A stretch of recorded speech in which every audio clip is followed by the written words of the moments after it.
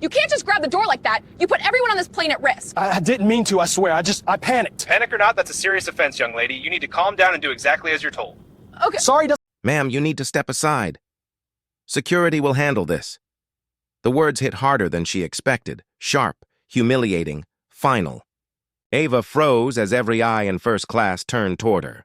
The girl who had quietly boarded with her headphones now stood accused of belonging somewhere else. Cameras whispered clicks.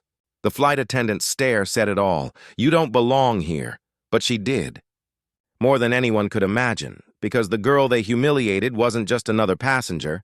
She was the daughter of a billionaire who would change everything in seconds. If this shocked you, comment your city below and stay tuned. It was supposed to be a typical morning, just another business flight from New York to Los Angeles. The kind of flight where people mind their own business, plug in their headphones, and drift above the clouds. Among the passengers was Ava, a bright 17-year-old girl with a love for travel that mirrored her mother's. She wore a simple hoodie, jeans, and a shy smile that lit up her whole face. It was her first time flying alone. Her mother, Danielle King, was usually by her side. Still, this time, a last-minute meeting meant Ava had to go ahead. To the flight crew, she looked like any other teenager. Earbuds in, eyes on her phone, quietly excited. What they didn't see was the name stitched inside her bag, Ava King, daughter of the CEO of one of the largest private investment firms in the country. But Ava wasn't one to boast. She was quiet, kind, and constantly aware of how differently the world could treat people who looked like her. As the plane prepared for takeoff, Ava took her seat in first class, a reward from her mother for making the honor roll. The soft hum of the engines calmed her. Around her, passengers adjusted their seats, ordered coffee, and scrolled through emails. Everything felt normal, until it didn't. A small misunderstanding. A misjudged look, a whisper that wasn't meant to be heard. The air around her began to shift, heavy with something invisible yet familiar. Suspicion. Ava didn't notice it at first. But a pair of eyes had already marked her. Watching, judging, waiting for a reason. Because in a world where skin color can still dictate perception, sometimes the most ordinary moments can turn dangerous in seconds. And for Ava, that danger was about to find her, 30,000 feet above the ground. The plane leveled off above the clouds, a sea of white stretching endlessly beneath.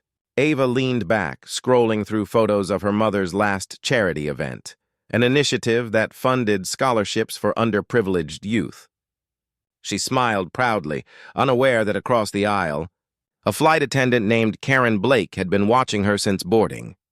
Karen had seen Ava enter the first-class cabin alone, wearing casual clothes, no visible designer bag or laptop. To her, it didn't fit the image of a typical first-class passenger. She'd whispered something to her colleague earlier, something about seat confusion. That whisper planted the seed. An hour into the flight, as the attendants began serving breakfast, Karen stopped beside Ava's seat. Her tone was polite, but her eyes carried suspicion. "Miss, are you sure you're in the right seat?" Ava looked up, startled but calm. She nodded and handed over her boarding pass. Karen's smile tightened. She scanned the ticket, then scanned Ava again, as if something didn't add up. The attendant's expression shifted to something colder, professional on the surface but charged beneath. She walked to the galley, whispering to another crew member. Heads turned. Glances flicked back toward Ava. The subtle tension spread through the air like static. Passengers noticed. A businessman frowned over his laptop. A mother looked up from her sleeping child. Ava could feel it, the silent shift. The invisible divide. Then came the announcement. Karen's voice echoed calmly over the intercom, asking for a security check due to a passenger concern. Ava's heart pounded. She didn't understand. She had done nothing wrong, said nothing, touched nothing. But as the words security and passenger concern filled the cabin, the atmosphere thickened. When the plane landed in Los Angeles, 2 uniformed officers were waiting at the gate. Ava froze in disbelief. Every eye followed her as Karen pointed toward her seat.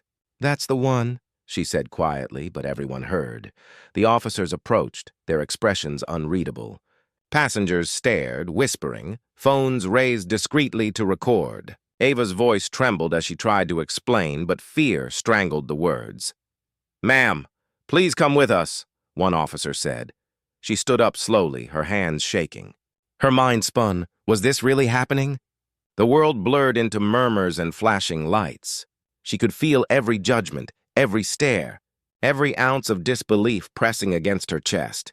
And then, in the crowd beyond the jet bridge, a familiar voice cut through the noise, steady, commanding, unmistakable. "Ava?" It was her mother. Danielle King, in a tailored suit, phone still in hand from a video call she'd been on minutes before. She locked eyes with her daughter, then turned to the officers, to Karen, to the airline staff, standing frozen in shock. The air changed again. Not with fear this time, but with power. Because they had no idea who they had just humiliated, and Danielle King was about to show them. The terminal fell silent. Danielle King walked forward, heels striking the polished floor like a metronome of fury. Her eyes, sharp and unwavering, locked on the officers standing beside her trembling daughter. "What exactly," she asked slowly, "is my child being accused of?"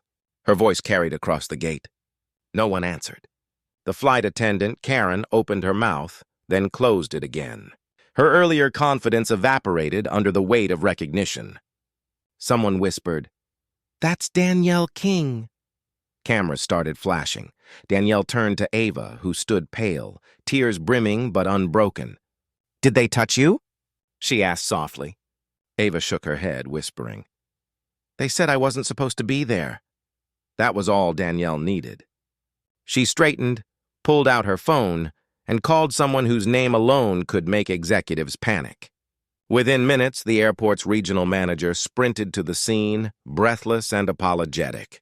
But Danielle didn't raise her voice. She didn't need to. She simply spoke the truth. Calm, cutting, undeniable. "You called law enforcement on a minor. Because she didn't look like she belonged in first class. You humiliated her in public. You put her safety at risk. Every word landed like a verdict." The officers lowered their eyes. Karen stood frozen, realizing the gravity of what she had done. Danielle looked around one last time, her hand on Ava's shoulder. "You didn't just make a mistake," she said quietly. "You made a statement, and now so will I. Dear audience, where are you watching from? Drop your city name in the comments." By the next morning, the story had spread like wildfire. A trending hashtag, millions of views. News anchors replaying the same clip, Danielle King confronting the airline with her daughter standing silently beside her. The video wasn't just about a flight anymore. It had become a symbol of something much more profound. Danielle didn't rant online or chase attention. She did what she did best, took action.